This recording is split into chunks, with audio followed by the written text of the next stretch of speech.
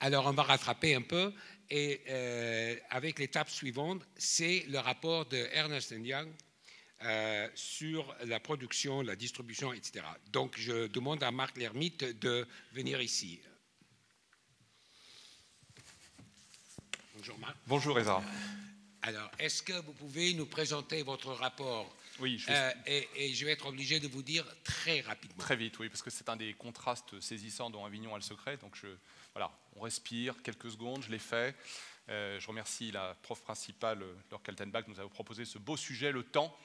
On va le traiter évidemment sous un angle économique. Donc voilà, respirons quelques instants.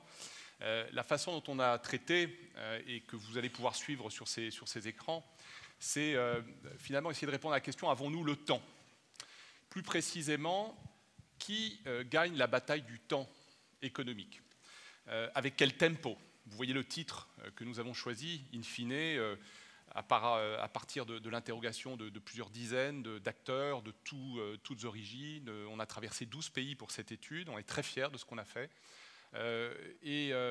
Finalement, ils nous ont parlé longuement de ce qu'ils disent être le sujet fondamental, presque existentiel, j'ose le dire, de leur activité, du secteur, le temps et son rythme.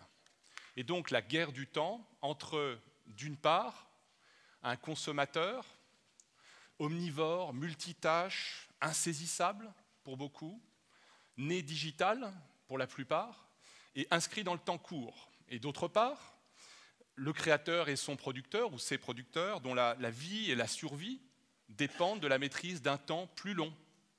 De la création d'abord, de la production, mais aussi de la distribution et puis de la conservation. Puis je ne vous parle pas, on en a beaucoup parlé ces 2 derniers jours, du temps public, du temps citoyen, de la culture. Et donc on va essayer de voir comment et qui a imaginé les moyens de maîtriser le temps, de trouver peut-être de nouveaux équilibres. Comment la création d'un patrimoine culturel pérenne, mais en même temps d'actifs économiques durables, ou n'est pas mise à mal par l'accélération réelle ou ressentie de ce temps, de l'innovation, de la consommation des médias. À l'origine, et très rapidement, Ezra, 3 chocs, 3 contre-propositions, stratégies un peu contre-intuitives, vous allez voir, et puis une révolution en conclusion.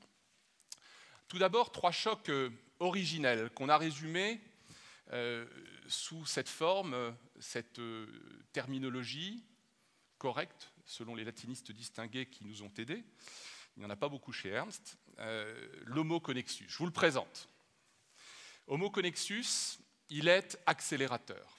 Voilà une illustration bien connue, qui a été rappelée d'ailleurs hier, que vous voyez quand le PC avait mis 6 ans à passer de 500 millions à 1 milliard d'utilisateurs, le smartphone, 3 ans, les médias sociaux, les réseaux sociaux auront mis 2 ans à passer ce cap. Et l'accélération est exponentielle. Je continue ma présentation d'Homo connexus. Il est multitâche. Voilà ce que Homo connexus fait quand il regarde la télé.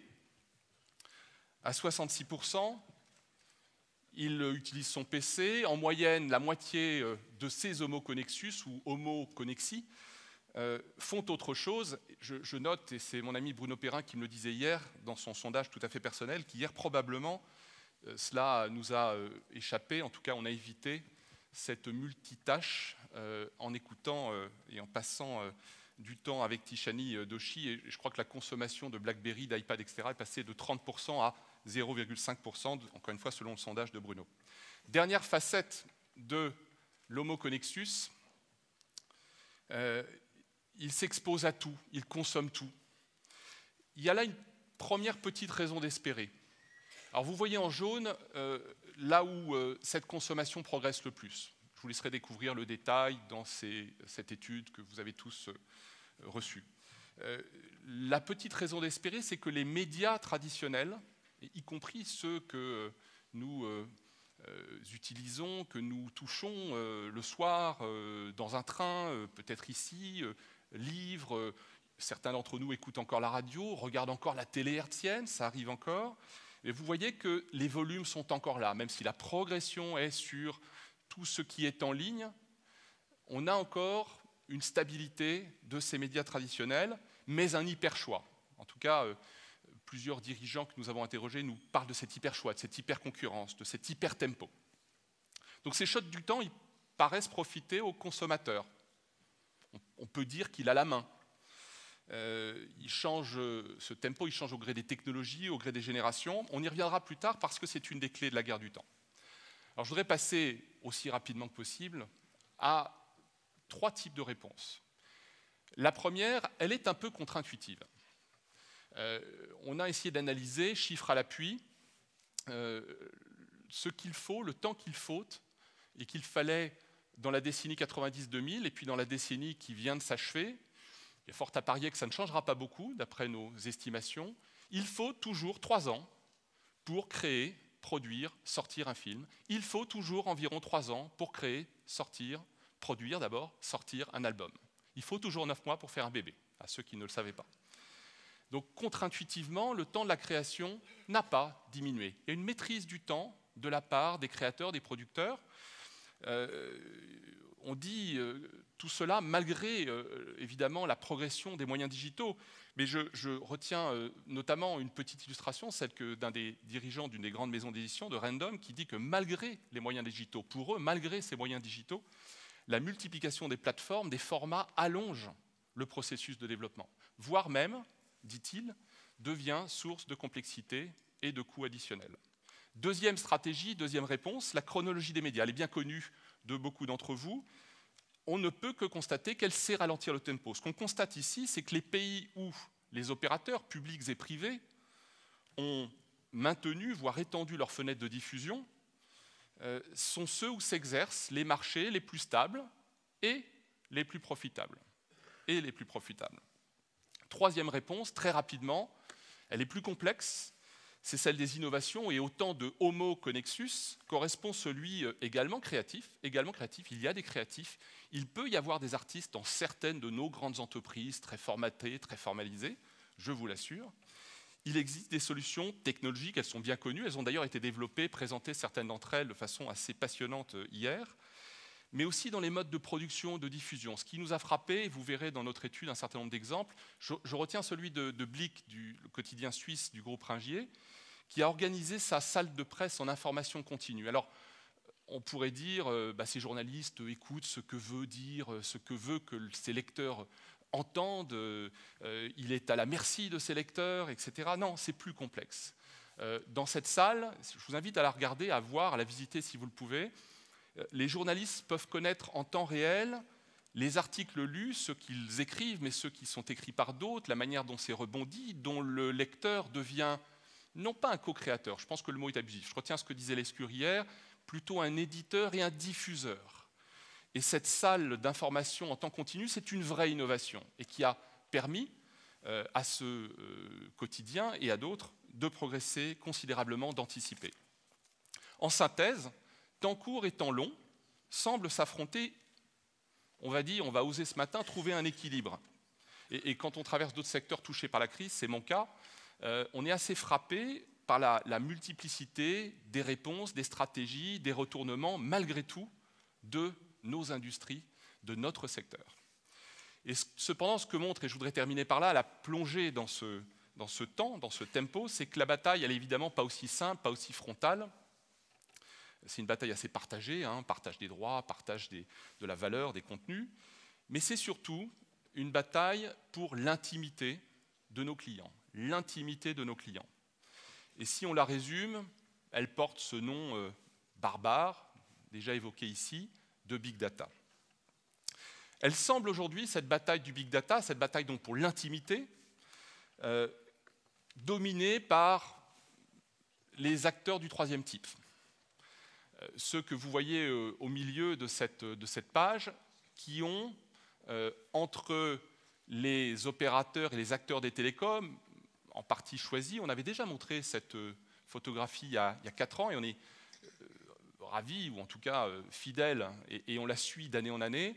On voit que les progressions, vous ne le voyez pas ici, mais les progressions sont plutôt dans cette terre du milieu, ces agrégateurs du troisième type, qui ont par exemple, sur les 5 dernières années, doublé leur chiffre d'affaires, pendant qu'en cumulé, les opérateurs télécoms et les groupes médias voyaient une progression, mais une progression seulement de 10%. 10% contre 130%. Donc elle semble gagner. Pourquoi? En partie parce que ces nouveaux acteurs, c'est ce que décrit de façon extrêmement détaillée notre étude, ont une intimité, une connaissance, une capacité technique, une compréhension. Ils sont nés dedans, dans cette connaissance intime, dans ces données, dans ces informations en continu sur les clients. Ils en maîtrisent une grande partie. Mais notre étude, et c'est la raison d'espérer sur laquelle je voudrais terminer, il y en a tellement d'autres, elle dit, et vous le voyez ici, que face à ça, face à cette explosion, cette accélération, il y a des stratégies, et notamment en France. L'enquête que je vous montre ici en partie, la révolution des services, qui a été réalisée également par Ernst & Young, montre que le rythme de l'innovation a peu de chances de diminuer, c'est assez clair. 55% en moyenne des dirigeants, des centaines de dirigeants que nous avons interrogés nous disent que dans les 5 prochaines années, ils vont inventer de nouveaux services. C'est là que se situe la guerre du temps. 66% en France, 2 entreprises sur 3. Et donc la France ferait ici exception, plutôt elle ferait innovation. Et elle ferait innovation là où, encore une fois, se joue la bataille, dans les nouveaux services. On peut regarder notamment ce qui se passe dans l'aide au choix. Pourquoi? Dans la façon de guider ces consommateurs univores, multitâches, insaisissables, connectés, je veux tout, tout le temps, 24 heures sur 24. 20% des moins de 25 ans, 20% du temps des moins de 25 ans est consacré au choix. 20% de leur temps n'est consacré qu'à choisir les programmes qu'ils vont regarder sur l'ensemble des médias qu'ils vont utiliser. Et donc il y a dans cet espace seulement une catégorie de nouveaux acteurs, et notamment français, qui peuvent inventer de nouveaux services, mais aussi dans le livre et au Louvre, dans la musique et le mobile, dans la réalité augmentée, mais aussi le patrimoine revisité, dans la publicité digitale, dans les jeux, où bientôt 75% de l'activité se fera sur le net. Et la France, je termine par là, malgré tout, a ses créateurs, ses leaders, elle a ses armes et ses atouts, elle a l'envie, elle a le génie, et c'est là, encore une fois, nos principales raisons d'espérer. Merci.